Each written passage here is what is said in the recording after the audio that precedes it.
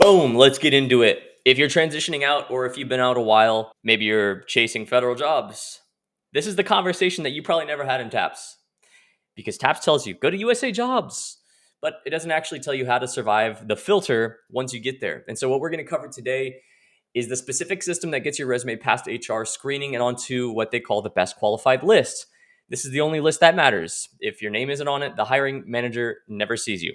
Like that's a full stop right there. They will never see your name. So what I'm going to show you is exactly how Best Military Resume automates that process. You don't have to use it. It just makes my life easier. And then this is just so you're not doing it manually for every single job you apply to. The core problem. All right, this is the thing that nobody really tells you. You can submit a perfectly written resume. You know, you've got good experience, you've got great formatting, and you've got super amazing accomplishments, but you'll still never hear back. You don't even get a auto rejection email. It's not because you're unqualified, it's because of how the federal hiring actually works. Federal HR specialists, they're not reading your resume the way a civilian hiring manager would.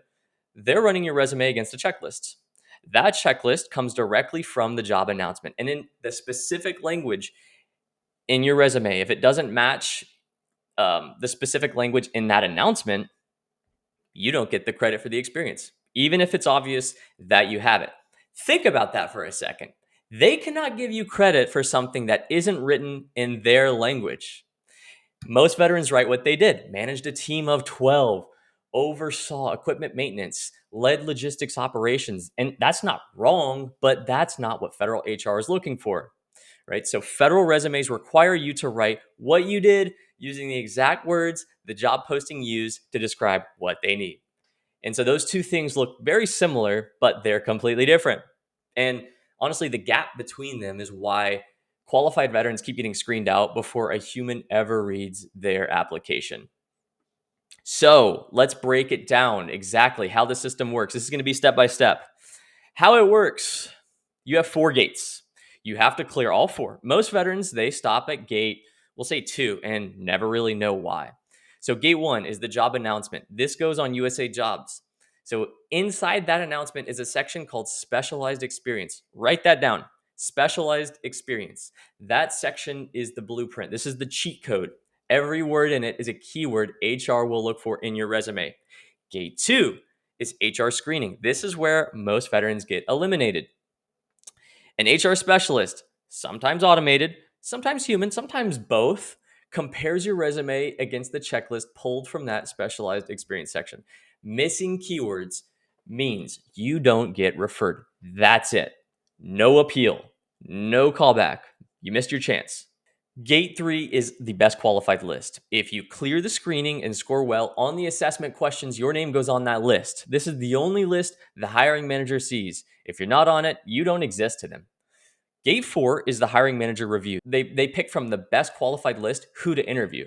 And so this is the first point in the entire process where your actual experience, like your story, your military background, this is where it finally gets evaluated as a human. And here's something that actually kills veterans. They have the experience to clear all 4 gates, but because their resume doesn't use the right language at gate 2, they will never make it to gate 3. Veteran preference points, solid service record, relevant experience, none of it matters if you don't clear the initial screen. So, what's the actual fix? It's not complicated, but it's very deliberate. Here we go. The fix is language matching. And I want to be clear about what that means and what it doesn't mean. It does not mean you're making stuff up. It does not mean lying about your experience. It means translating your real experience into the exact vocabulary the federal system uses to evaluate it. So here's the 3-step system. Step 1, find the specialized experience section in the announcement. Every USA Jobs posting has one. It's usually under the qualifications tab. And this is not optional reading. This is the blueprint, guys. Read it like in order. Step 2, pull the key phrases. Look for competencies, required skills, specific duties. These are the exact words HR is searching for. Write them down separately before you touch your resume.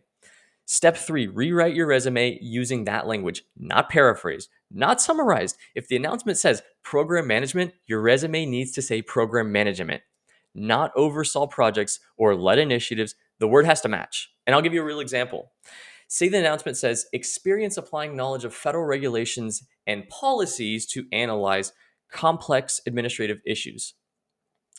A veteran might write, familiar with military regulations and command policies, right? It's the same experience, just a different language. But HR's checklist doesn't connect those two things. If your resume had said applied knowledge of federal regulations and administrative policies to analyze and resolve complex operational issues, that would be a match.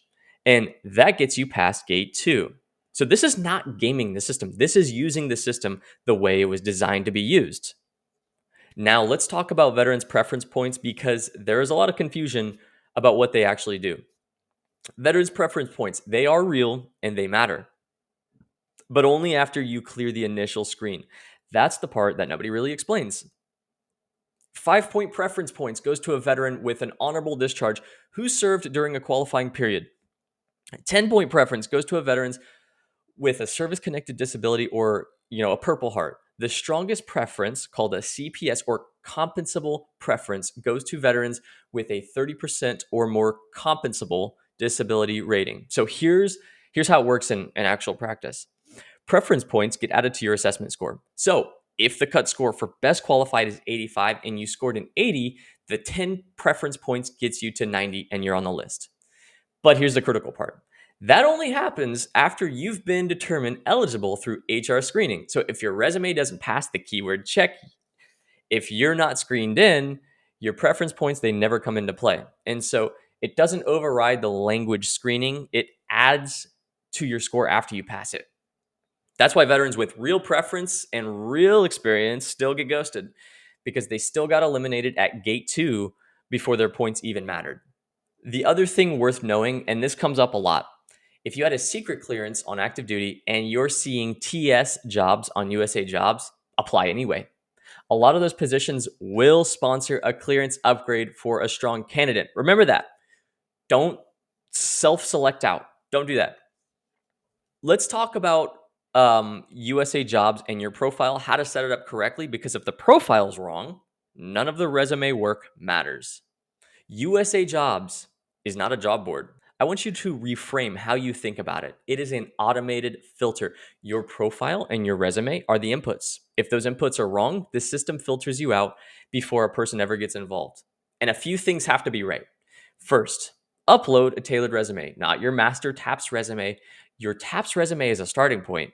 The resume you upload to a specific USAJOBS announcement needs to be tailored to that announcement. And I'll show you how BMR makes that super fast. Second, complete your profile to 100%. Incomplete profiles get filtered. Don't leave blanks. Third, set job alerts. A lot of announcements close in 3 to 5 days. Some close in less. If you're not watching them, you're going to miss them. Fourth, list your veteran preference eligibility accurately.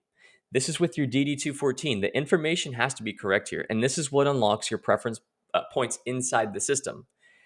Fifth, this is a big one, okay? Don't apply to multiple jobs with the same resume. This is the number one mistake I see. Every announcement has different specialized experience language. Every application needs a resume that mirrors that specific language, because one resume for everything is almost guaranteed to get you screened out of most of what you apply to. Which brings us to what Best Military Resume actually does and why this doesn't have to be a manual process. So, everything we've talked about, the language matching, the keyword alignment, the tailored resume per announcement, that's the system and it works. The problem is doing it manually takes time, a lot of time. And most transitioning veterans don't have time to spare, or vets, or even military spouses. It works for all the above. And that's what Best Military Resume, where it shines. BMR is an AI-powered platform specifically for veterans, transitioning service members, spouses, built by veterans, not a generic resume tool that happens to be a military checkbox. And here's what it does. When you post a USAJOBS announcement to BMR, the AI reads the specialized experience section and identifies the exact keywords and competencies HR will be screening for. Then it rewrites your resume bullets using that language while keeping your actual experience intact. And here's the thing, you're not making anything up. You're translating what you actually did into the words that get you screened in. And so it also builds federal resumes separately from civilian resumes because they're not the same document. Federal resumes have different formatting requirements, different content expectations. You know, BMR knows the difference. So the first two resumes that you do, they're completely free. You don't need a credit card. There's no trial that converts to a charge. It's free. You also get cover letters and LinkedIn optimization built in. We have documented placements at GS14 and above, guys. We have members who land six-figure civilian roles. And it's not because BMR wrote them a fake resume, but it helped them show up in the language that the system actually reads. So here's what I want you to do with this. I'm going to give you three things to do right before you go to bed tonight or whatever you're doing today. Go to USA Jobs right now. Find 2 or 3 jobs that match your background. Open the qualifications tab on each one. Find the specialized experience section. Copy that language into a document. That is your keyword list. That's the language that belongs in your resume.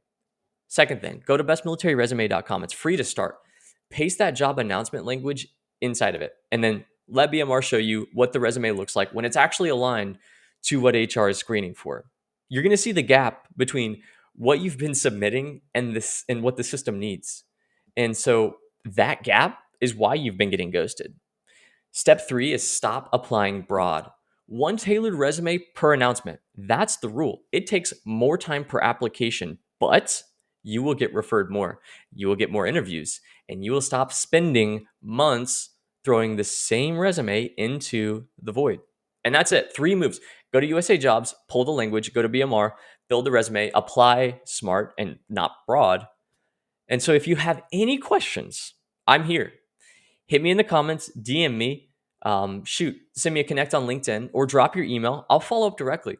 And if you are currently navigating the federal application and you're stuck, tell me where you're stuck. I read every response. So don't forget to follow me, subscribe for more content like this. And I hope you guys enjoyed. Take care, everybody.